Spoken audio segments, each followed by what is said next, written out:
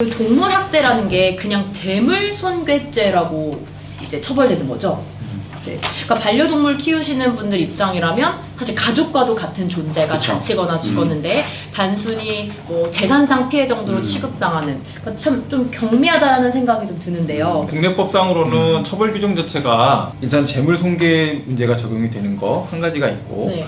동물 자체를 이제 학대를 하는 행위가 좀 지나쳐서 그 행위 자체를 이제 동물보호법상에 처벌을 할 수 있는 그런 규정에 해당된다고 한다면 네. 처벌을 받게끔 하는 규정이 있긴 한데, 사실 재물손괴죄나 동물학대죄에 대한 처벌 규정도 크다고 말할 수가 없어요. 그래서 그 문제에 관련해서는 이제 결국은 뭐 민사적으로도 배상받기가 쉽지가 않고 형사적으로도 처벌을 구한다는 것도 쉽지가 않고, 또 그 문제와 관련해서는 아직까지도 전회에 말씀드렸던 바와 같이 이것을 반려동물로서의 인식을 하는 사람과 그렇지 않은 인식을 갖고 있는 사람들이 혼재되어 있는 상태라서 사람들의 이제 인식은 그런데, 그러니까 법의 관점에서, 네. 법의 인식에서 동물은 물건의 재물의 개념으로 지금 봐서 그런 건가요? 대한민국에서는? 대한민국에서는 지금 현재 뭐 특별하게 어떤 법적 지위를 동물이라고 해갖고서는 어떤 반려견이라고 해서 더 부여하고 있는 형태는 아니에요. 그냥 일반적인 물건에 재물이죠. 비해서. 네, 예. 사람의 소유물이 되는 살아있는 생명체인데, 생명이라는 개념이 이제 뭐 다른 나라처럼 부여가 되어 있는 것들도 다른 아니고, 나라는 이제 그런 게 좀 네, 있습니까? 그런 것들도 아니고, 네. 다른 나라는 그러면 동물이 아닌가? 동물을 이제 다른 동물이긴 개념으로. 한데 약간 이제 생명이 있는 객체다라는 네. 관점을 넣어서 네. 보호가 있어야 되고 보호의 필요성이 있고 네. 사회적으로 뭔가 특수한 존재로서 취급을 해야 된다는 그런 의미들을 특히 이제 유럽 쪽에서 네. 중부 유럽에 있는 국가들이 굉장히 많이 부여를 해요. 근데 이제 우리나라는 아직까지 물건으로서 인식을 하고 있는 법적인 개념이 전체의 과반수 정도를 아직까지 좀 장악하고 있는 그런 느낌이 물건에 있어서, 가깝다. 네. 그러니까 문제가 터졌을 때 동물보호법이라는 걸 얘기해도 사실 놀라시는 분도 많아요. 아니 그게 처벌이 돼? 그러니까 왜냐면 그거를 이제 실제로 식용으로 먹는 분들도 많은데, 그럼 그런 행위 자체가 학대 행위란 말이야? 이렇게 해석을 해서 그게 왜 학대 행위야?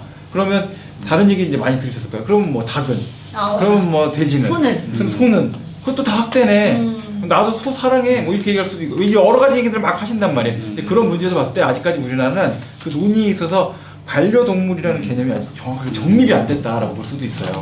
우리나라에서는 법적으로는 이 반려동물을 물건으로만 했기 때문에, 만약에 그 반려동물이 다른 사람이 해코지를 해가지고 죽게 되면 단순하게 그냥 물건이 사라지는, 물건이 고장난 성괴되는 그런 정도라면 이제 처벌할 수 있는데, 외국에는 예를 들면 독일 같은 경우에는 동물 보호 책임이라는 이런 내용이 아예 헌법 조항에까지 삽입되어 있다고 하고, 또 스위스 같은 경우에는 동물은 존엄성이라는, 우리나라는 현재 헌법에 인간의 존엄성이라는 말은 있기는 하지만 동물의 존엄성이라는 이 단어 자체도 사실은 이제 많이 안 나오거든요. 근데 이런 내용을 헌법에 다 명시하고 있다고 그럽니다. 그리고 뭐 오스트리아나 독일, 프랑스 같은 경우는 민법상 동물을 이게 생명이 있는 존재로 그렇게 규정을 하고 있다 그럽니다. 아까 말씀한 유럽 같은 데서는 이제 동물이라는 존재 자체를 독립적으로 봐주거나 생명의 개념을 부여하거나 하는데, 이제 상대적으로 이제 대한민국의 법은 좀 그런 면에서는 감수성이 좀 떨어진다 뭐 이런 생각이 들고요. 그래서 그런 기존에 있는 뭐 생명이다, 물건이다 이런 어떤 이분법적인 접근보다도 좀 뭔가 제3의 독립적인 정의를 좀 이제는 해나가야 될 시기가 된 것 같아요.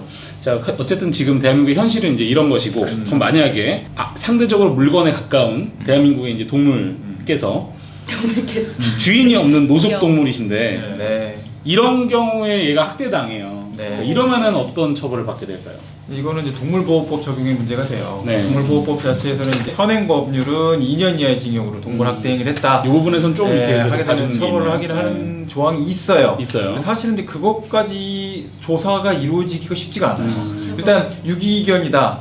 누가 그런 피해에 대한 걸 고발을 할까? 그럼 자기가 말을 못 하잖아. 그렇죠. 왜냐면 동물학대가 심각하게 이루어지면 사실 그 동물이 그러니까 살해되거나 뭐 여러 가지 이제 이미 복구 불가능한 상태로 이제 가는 형태까지 가버릴 텐데, 그렇죠. 그거를 어떤 뭐 반려동물을 보호하는 단체가 있어서 거기서 이런 사실을 인지를 해갖고서는 증거자를 갖고서는 적극적으로 도움을 주지 않는 이상 수사기관에서 이거를 적극적으로 수사하는 것도 사실 쉬운 문제가 아니에요.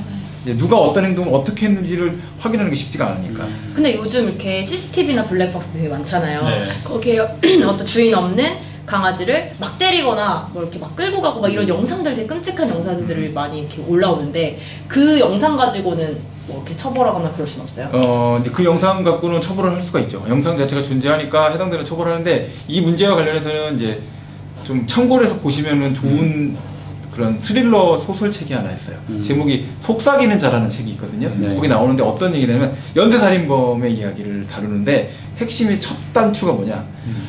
어리고 여린 생명체로부터 생명을 빼앗는 즐거움을 느끼는데 이제 그걸 어떤 즐거움이라고 표현하냐면 신이 생명을 부여하는 권능을 갖고 있다면 난 신이 부여한 생명을 빼앗을 수 있는 힘이 있다. 이걸 즐기는 걸로 시작해서 그 사람이 점점 진화하면서 이제 직접 죽이는 즐거움을 느끼다가 더 진화해서 고등 생명체를 더 죽일수록 즐거움을 느끼는 거야. 그러니까 병아리를 잡아 죽이는 거 쉽게 죽일 수 있어. 그러니까 고양이, 개 이런 식으로 점점 커지는 큰 생명체, 소, 말 이렇게 커지다가 결국은 거기서 재미를 못 느끼니까 사람을 죽이는 거고 사람을 죽이는 것 자체에 대해서 재미를 못 느끼게 되니까 그 다음에 목표로 삼은 게 누군가를 설득해서 갑자기 나보면서 누군가를 설득을 해서 그 사람을 교사해갖고 다른 사람을 공격하게끔 만드는 이것까지 나가는 거다. 그래서 이제 여기서 자, 돌아와야죠. 그렇죠. 예. 유럽에서 생명에 대한 보호를 하거나 헌법적으로 저를 보호를 하는 궁극적인 목적은 인간을 본질적으로 넓은 범위에서 보호를 하고 싶다. 또는 생명 자체를 존중하는 그런 사상 자체가 형성이 되게끔 해서 안전한 세상을 만들겠다라는 그런 관점이 담겨져 있는 그러니까 동물학대가 단지 그 동물에만 그치는 게 아니다. 그렇죠. 그 대상물이 유기견이냐 집에서 기르는 반려견이냐에 따라서 사실은 크게 뭐 차별이 있는 건 아니에요. 그걸로 인해서 처벌을 받고 안 받고 그런 정도는 아니고 그렇죠. 어떤 동물이든지 간에 이렇게 학대를 하면 그게 이제 처벌을 받게 되는 겁니다. 네. 요 근데- 관점에서는 약간 이제 물건을 약간 넘어서 조금, 동물로서의 뭔가를 인정하는 그렇죠. 부분이 생명체로서. 그래도 조금 존재는 하네요. 부족하지만 네. 아직은. 그렇죠. 그래서 종전에는 2년 이하 그렇게 법이 됐었는데 올해 2월부터는 조금 더 강하게 돼가지고 이렇게 학대 행위를 하면 3년 이하의 징역에 이거라도 처벌이 많이 됩니다. 알려야 될 것 같아요. 이거를 네. 있다는 것 자체도 아직 모르는 모르는 사람들이 사람도 많을 많을 것 거예요. 같은데. 그리고 한 가지 이제 굉장히 중요한 거. 네.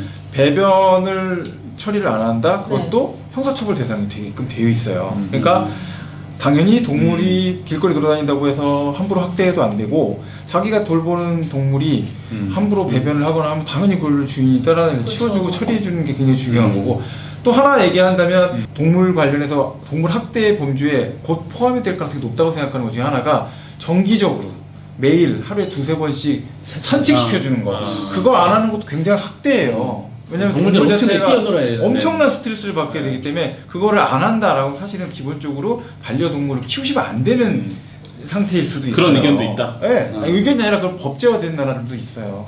그럼 거꾸로 남의 동물이 누군가한테 상해를 입히거나 그치. 또는 뭐 어린아이 죽음에 이르게 한 경우 발생하잖아요. 그렇죠. 근데 법적으로는 사실 물건이니까 네.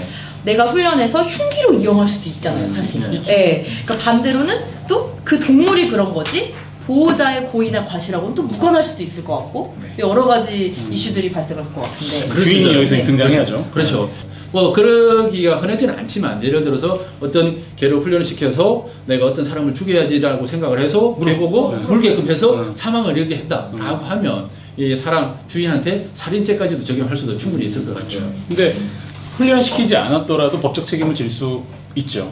우리 개가 본성이 좀 사납다. 네. 다른 사람을 충분히 물 수도 있다라고 하면 충분히 물지 않게끔 항상 관리 감독을 해야 되는데 그렇지 못하면 진짜 미필적으로도 사인에 대한 고의 그런 걸 인정될 수도 있을 것 같아요. 그 외국에서는 어떻게 하고 있는지 좀 궁금하네요. 외국에서 동물의 존엄성을 많이 존중하는 방향으로 많이 법제화도 되고 그렇게 했지만 어쨌든 독자적인 뭔가를 책임질 수 있는 그런 주체는 객체는 아니기 때문에 외국 같은 경우에도 그 동물 자체한테 어떤 책임을 묻기는 어렵지 않나 싶어요. 개를 관리하는 그 사람한테 오히려 더 엄격한 책임을 물릴 수는 있을 것 같아요. 만약에 제가 키우는 강아지가 있는데 그 네. 강아지가 집에서는 너무 순한데 밖에서 그렇게 싸나울 줄 몰랐네. 아, 나를 물었어요. 네. 이런 경우 내가 견주로서 싹싹 어떻게 빌고 싹싹 빌고 빨리 합의하고 피해 보상해 드려야죠. 그리고 이제 그게 이제 문제가 뭐냐면 다친 거에 대해서 이제 치료나 이런 비용들이 순식간에 어떤 정도까지 진전될지 모를 수 있는 상태니까 왜냐면 이 아이 사람과의 싸움이 아니잖아요. 네. 그러다 보니까 이 전염이 어떻게 이루어질 수도 있는 것들도 있을 수 있고 그렇네요. 이제 인수 공통 질병이 옮겨갈 수도 있고 뭐 여러 가지 문제가 있어서 특히 아이라면 빨리 병원을 가서 치료를 받고 진료받게끔 하고 어떤 형태로 무슨 문제가 생겼는지를 처리하게끔 해줘야 돼요. 아니면 안 그러면 갑자기 뭐 파상풍에 노출이 된다든지 여러 가지 문제가 생겨서 아이가 밤에 아프다 죽을 수도 있어요. 그러니까 빠른 속도. 그러면은 구속되실 수 있어요? 그런 누가요? 경우에? 주인. 견주? 네. 견주 구속까지는 안 되겠죠. 구속까지는 안 되고. 왜냐면 과실이잖아요. 일부러 물게 한 것도 아니고 돌보은 거 잘못한 거니까 그렇게 안 되겠지만 아니, 민사적인 피해자가 손해배상 있으니까. 책임은 굉장히 크게 물리게 될 가능성이 그 규모는 있겠죠. 큰 규모니까. 그렇죠. 아이 규모에 따라서. 아이라면 아이가 평생 동안 이제 그쵸, 그쵸. 하게 될 그 전체적인 일실 소득까지 다 배상해 주는 상황이 발생할 수도 있죠. 음. 정리를 한다면 자 사회는 점점점 반려동물에 대해서 많은 책임을 요구하고 있어요. 지금처럼까지 대충 편하게 키우다가 무책임하게 버려도 된다 하지 말자는 거고요. 봤을 때도 점점점 어떤 생명체로서의 주체를 보호한다는 거는 우리 스스로를 보호하는 게 되는 거니까 그 보호하는 그 주체가 돼야 된다는 측면에서 더욱더 무거운 책임이 계속 있다는 걸 강조하고 싶은 거라고 받아들이셔야 된다라는 생각이 들어요.